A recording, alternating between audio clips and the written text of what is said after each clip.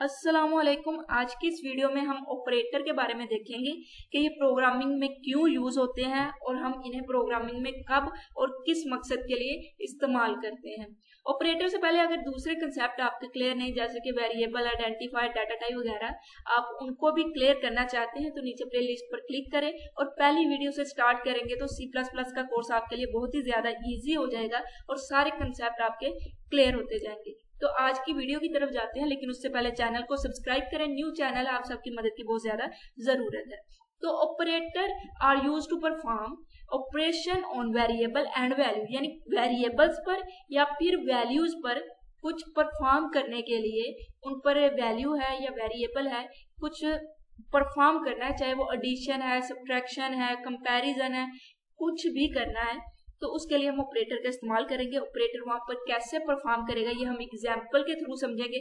जैसा कि सबसे पहली एग्जाम्पल बहुत ही इजी ली है मैंने बेसिक सी, कि एक एडिशन का ऑपरेटर है जो कि वैल्यू को ऐड करेगा। हमें पता है कि एडिशन में क्या होता है, वैल्यूज ऐड होती है। तो एडिशन के ऑपरेटर में हम देखते हैं कि कैसे वैल्यूज ऐड होंगी, वेरिएबल्स में वैल्यू जो पड़ी है वो कैसे ऐड होंगी और जो डायरेक्ट वैल्यू हम लिखेंगे उनको हम कैसे ऐड करेंगे।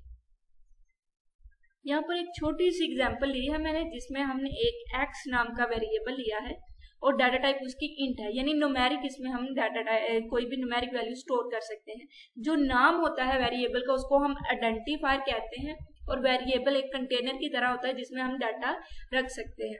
तो यहाँ पर ये एक न्यूमेरिक वेरिएबल है, तो इसमें हम न्यूमेरिक यानी नंबर वाली वैल्यूज को रख सकते हैं। तो यहाँ पर एक वैल्यू हमने 100 ली, एक 50 ली और इनके दरमियान हमने एक एडिशन का ऑपरेटर इस्तेमाल किया। तो ये क्या करेगा, ये 150 करके इंट x यानी x वेरिएबल में 150 स्टोर हो जाएगा। ये इसको असाइन कर देगा, क्योंकि ये वाला जो ऑपरेटर है वो असाइनमेंट ऑपरेटर है। अगर आपको नहीं पता असाइनमेंट ऑपरेटर का तो फिक्र ना करें, ये ऑपरेटर हमने स्टार्ट कर लिया, सारा कुछ देखेंगे इसमें क्या क्या आता है। तो ये एक छोटी सी एग्जांपल थी जिसके थ्रू हमने देखा कि कैसे वेरिएबल्स में हम एक एडिशन का ऑपरेटर इस्तेमाल कर सकते हैं। अब यहाँ पर एक उन्होंने बताया कि सिर्फ वैल्यूज के लिए हम इस ऑपरेटर का इस्तेमाल नहीं कर सकते, बल्कि अगर हम वैल्यूज के साथ साथ वेरिएबल भी यूज कर सकते हैं, यानी वेरिएबल और वैल्यू इन दोनों को अगर हमने ऐड करना है तो उसके लिए भी इस्तेमाल करेंगे।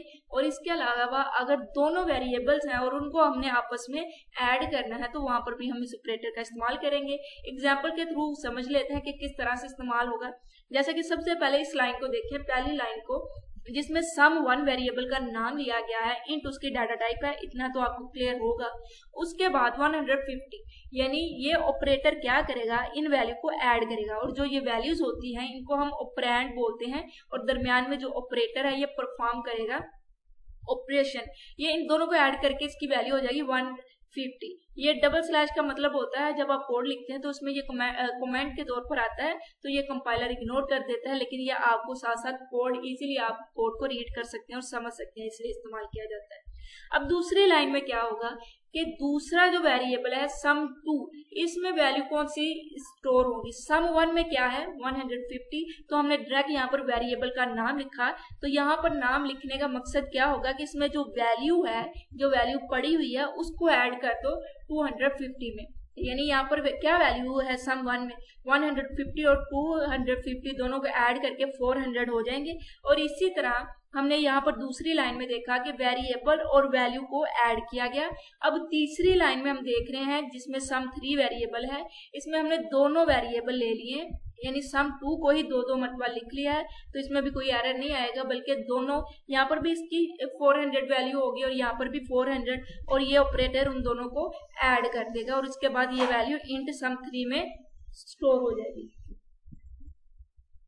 अब यहाँ पर हम C++ में ऑपरेटर की मुख्तलिफ कैटेगरीज देखेंगे, यानी इनको हमने कुछ C++ में कुछ ग्रुप में डिवाइड कर दिया गया है ऑपरेटर्स को, और हर ऑपरेटर मुख्तलिफ परफॉर्म करेगा ऑपरेशन। अर्थमेटिक ऑपरेटर में भी हम देखेंगे कि किस तरह हम मैथमेटिकल रिलेटेड, मैथ के रिलेटेड ऑपरेटर का इस्तेमाल करेंगे।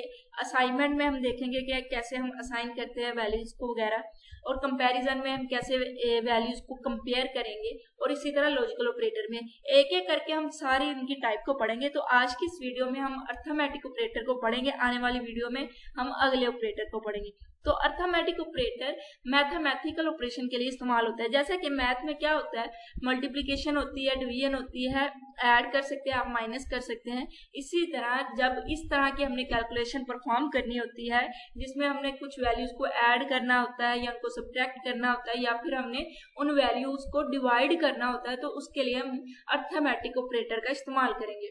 तो यहाँ पर अर्थमेटिक ऑपरेटर बिल्कुल वैसे ही लिखे जाते हैं जैसे कि हम अपने मैथ वगैरह में देखते हैं।